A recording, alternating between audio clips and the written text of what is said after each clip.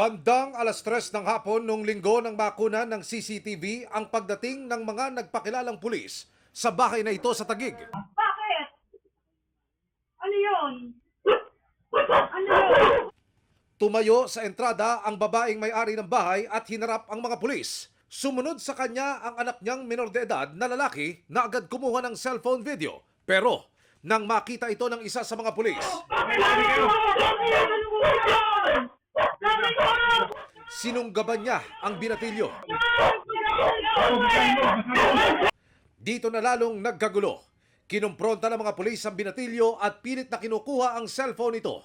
Ang ginang naman na nasa sofa, hinarap ng isa pang pulis at pinakitaan ng papel.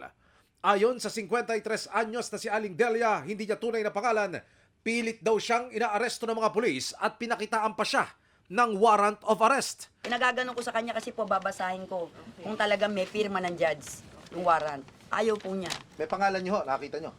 Hindi, wala akong nakita. Dahil tingin niya peke ang warrant, umalma si Aling Delia sa pag-aresto ng mga pulis. Gumitna na lang daw ang isang kagawad kaya siya napapayag na sumama sa barangay. Pero Pagsakay ko ng mobil, aba eto, lumagpas kami ng barangay. Nasa isip ko, pag nilagpas ako ng barangay, dadalhin nila ako sa outpost, tsak, tatamnam na po ako. Tumalon po ako.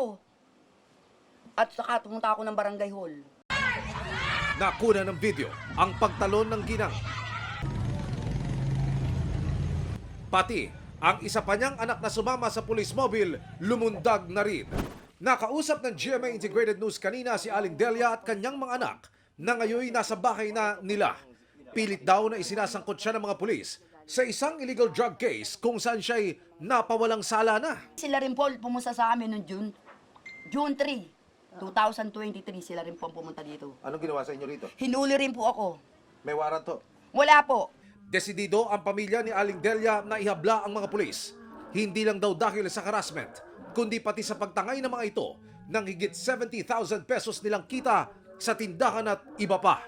Nakita ko. Kaya nga sabi ko, mga pulis, mga nagdanakaw na naman kayo. Sabi ko gano'n, mga pulis kayo.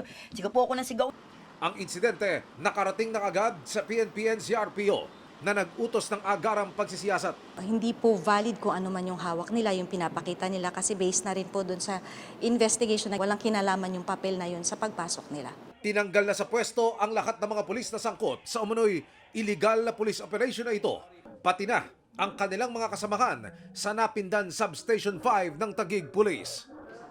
Relieve na po yung 10 na pa-filean po natin ng criminal at saka administrative charges at saka the rest of the members of the Substation 5, 22 po yun is pinarelieve ko na rin po and they will be undergoing training.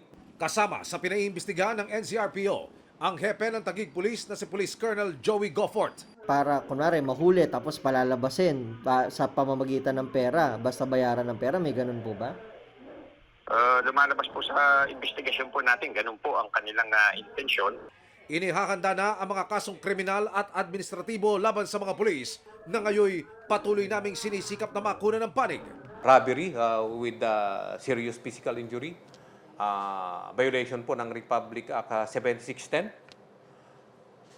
violation of domicile po, at saka pwede rin po yung obstruction of justice kasi po parang sinira po nila yung ebidensya, parang sinira nila yung CCTV. Tapos pangalawa, ma'am, yung sa akin, hindi na siya nagsasalita.